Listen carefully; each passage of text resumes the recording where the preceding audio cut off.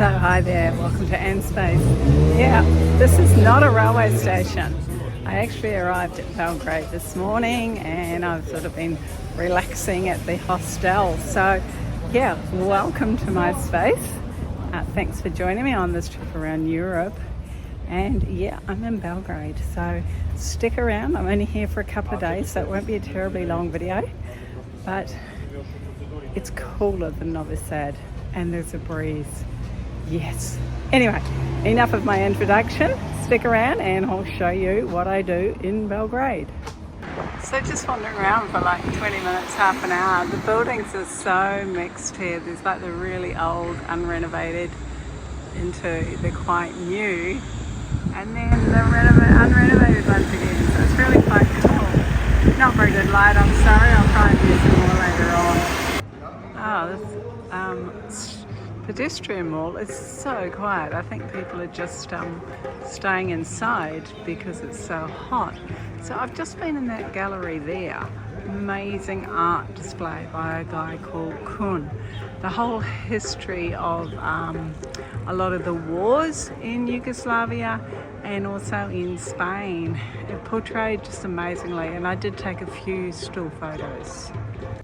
So here's the building, but I'd suggest that you actually pause on the next screen because it's really interesting and explains the confronting artwork that Kun did.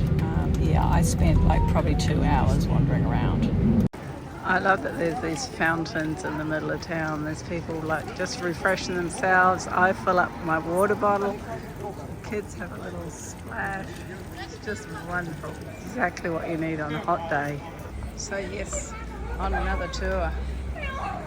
This one's, I'm just in the Bohemian area, and there's all these fountains, as I think I mentioned already here.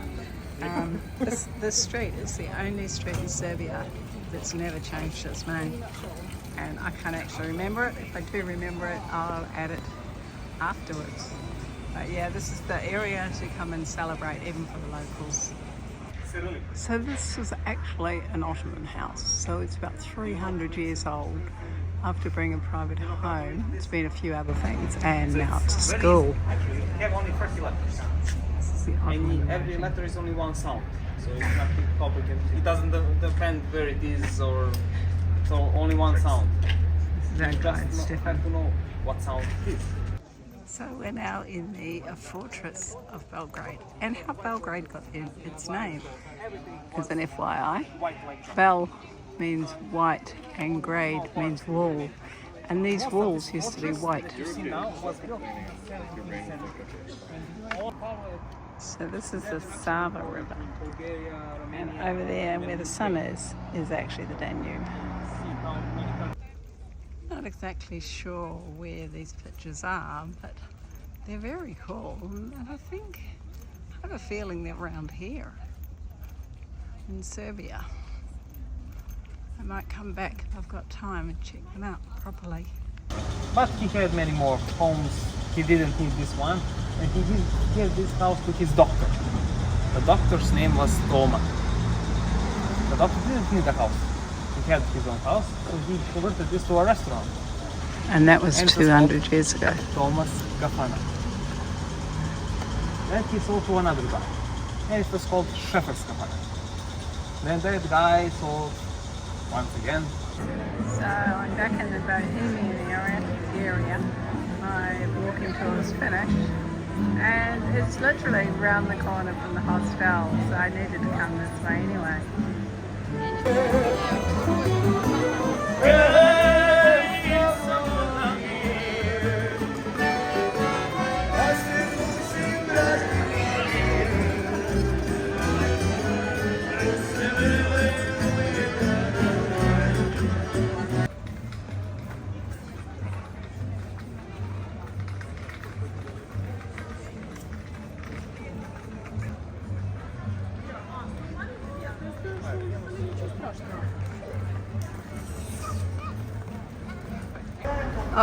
Belgrade's a pretty cool city to wander around. There's all these underpasses, and in some of them there's shops, and in some of them there's markets.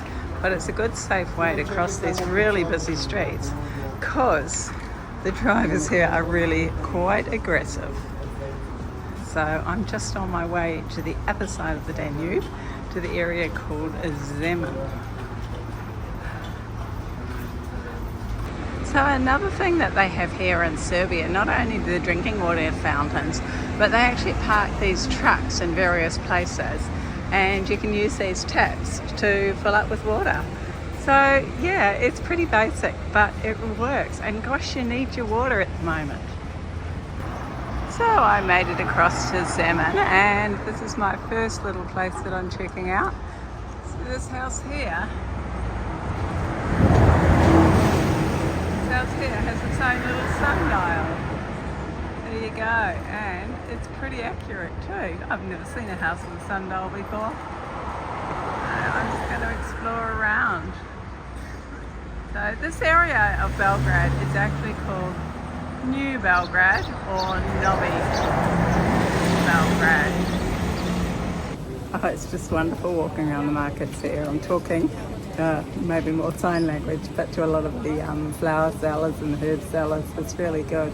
And it's all locals. The tourists seem to stay on the other side of the Danube. They don't come over here, so it's good to be almost the only tourist. So this is the markets right by the church here, and all these ladies were more than happy that I took their photo. Oh, I love them. I love their beautiful faces and the beautiful flowers, of course. Ah, so this man is shucking the corn.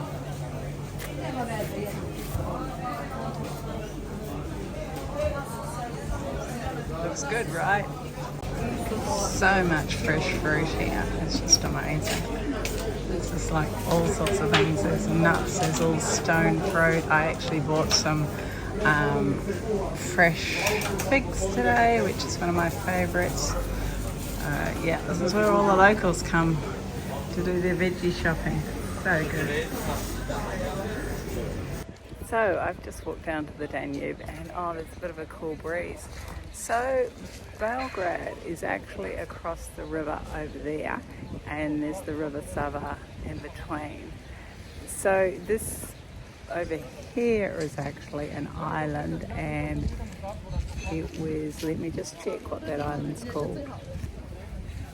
So that island is called Great War Island. So there's been lots of wars. So the other side of Belgrade, the old part of Belgrade, was initially just Belgrade on its own. This area was owned by Austria. Previous to that, the old part of Belgrade was owned by the Ottomans. So there's been lots of changes over the years, and the most recent war, I believe, was 1999 with NATO. So, and that was the dissolution or the breaking down of Yugoslavia. So I'm learning a little bit of the history. I might get some of it wrong, so my apologies. And more than welcome if you want to put a comment to correct me or give me more details. I'd really appreciate it, okay? So who would have thought people feeding the swans on the Danube and feeding the pigeons lots of bread. Yeah, you know what I think about that, so I won't go into it right here.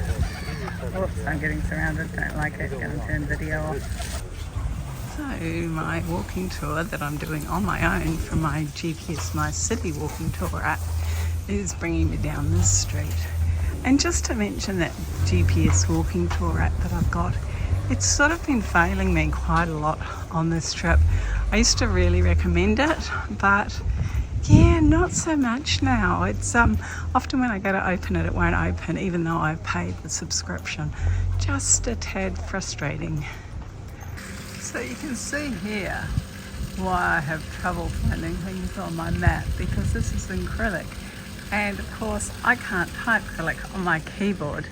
So I just thought I'd show that to you before I walk down to this lovely shaded street. It's so nice to find the shade. And these are so cool houses. And this is why I used to love doing my own little walking tours from the app. So I just climbed up a lot of steps, and this is the Zemun fortress. And here am I on the old wall of the Zemun fortress. So that's looking across to Belgrade over there. It's a little bit smoggy because of the heat. But yeah, amazing view from up here. And there is just a little bit of breeze, which is lovely. So this is the Zemun cemetery here. It was founded before 1740, so yeah, nearly 300 years old. I mean, these are obviously a lot newer.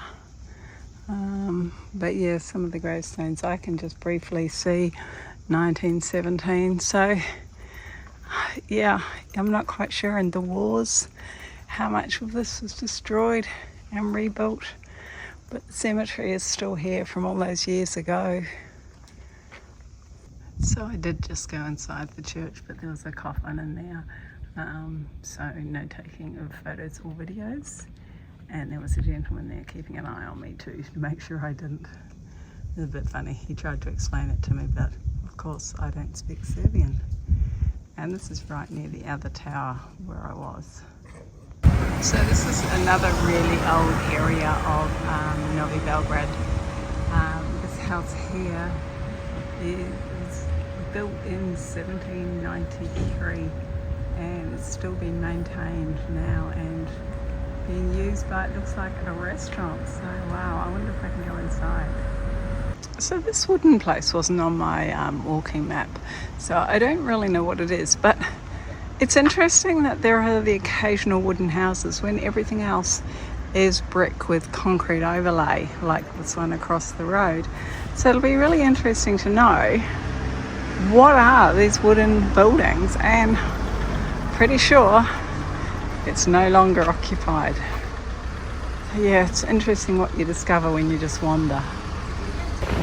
So I just had the best iced coffee ever, and I thought I would just walk down to the bus station in preparation for tomorrow.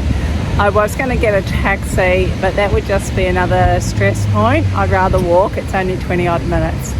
So I've just sussed out the road, but I've come away on the other side and found this amazing park over behind me. So I'm just going to have a look at that. It's a whole different area of Belgrade. And amazingly, how much cooler it is. You just get in amongst a few trees and it's so much cooler. But I'm actually on my way to see some war damaged buildings. So let's see if we're actually successful in doing that. Well, we being me. So behind this rather impressive building is actually Belgrade City Hall in there. So it's quite away from the centre of the city, because that's where I was last night with the walking tour. So this is an incredibly busy intersection, but there's the building which still shows the damage from the war against Kosovo. And interesting that this is on another corner, and then this one here, which also mentions Kosovo. It's a bit bright, sorry. So this is my first museum in a long, long time. This is the National Museum of Siberia. And I'm down on the first level at the moment. It's amazing what they've got here that's been discovered. I mean, this what I'm looking at here is from an old cart.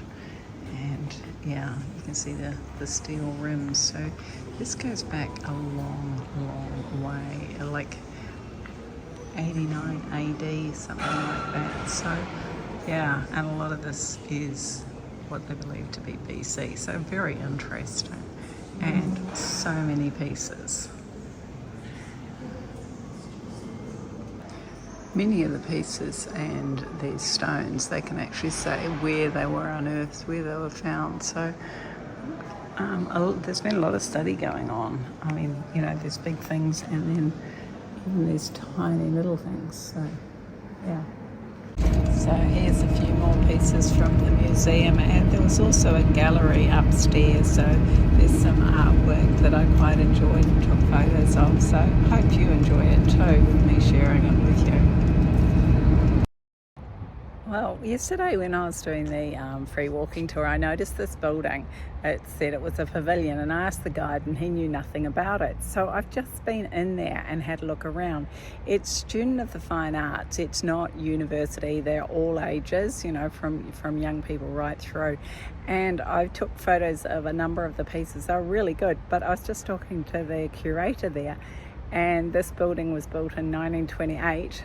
So it's certainly got a lot of history, and it was the first building to actually show fine arts of this calibre.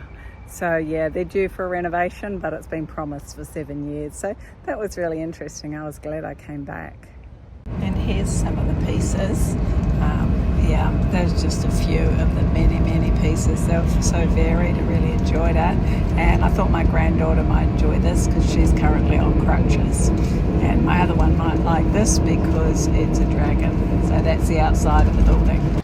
I thought I'd come back to the fortress, which is where I just looked at that pavilion, and who would have thought that in the middle of the fortress is all this going on? And yes, I found out last night that basketball is actually a most popular sport here. I think it was introduced in 1816 or something from Canada. But yeah, that might be totally wrong. But actually the sport that they're the best in, believe it or not, is water polo. And I think they've just done quite well in the Olympic Games. So this here is the actual confluence of the Sava and the River, and come up at sunset or near to, it's like the Asian sun. And just before I close out, I thought I'd pop in a few more photos of the fortress. It got really busy. I left before it got totally dark, but there was hordes of people pouring in to watch what was really rather nice sunset. And those really old trams, it's so funny, some of them are full of rust. So here am I saying goodbye to Belgrade. Oh, I really like Belgrade. I found it really a total mixture of lots of things. People were very welcoming, very kind. And yeah, I'm going on another bus. It's going to be a long trip. About 7 hours, but depends how long we cross at the border. So yeah, thanks for watching my Belgrade video, and thanks for sticking till the end. Until next time, bye for now.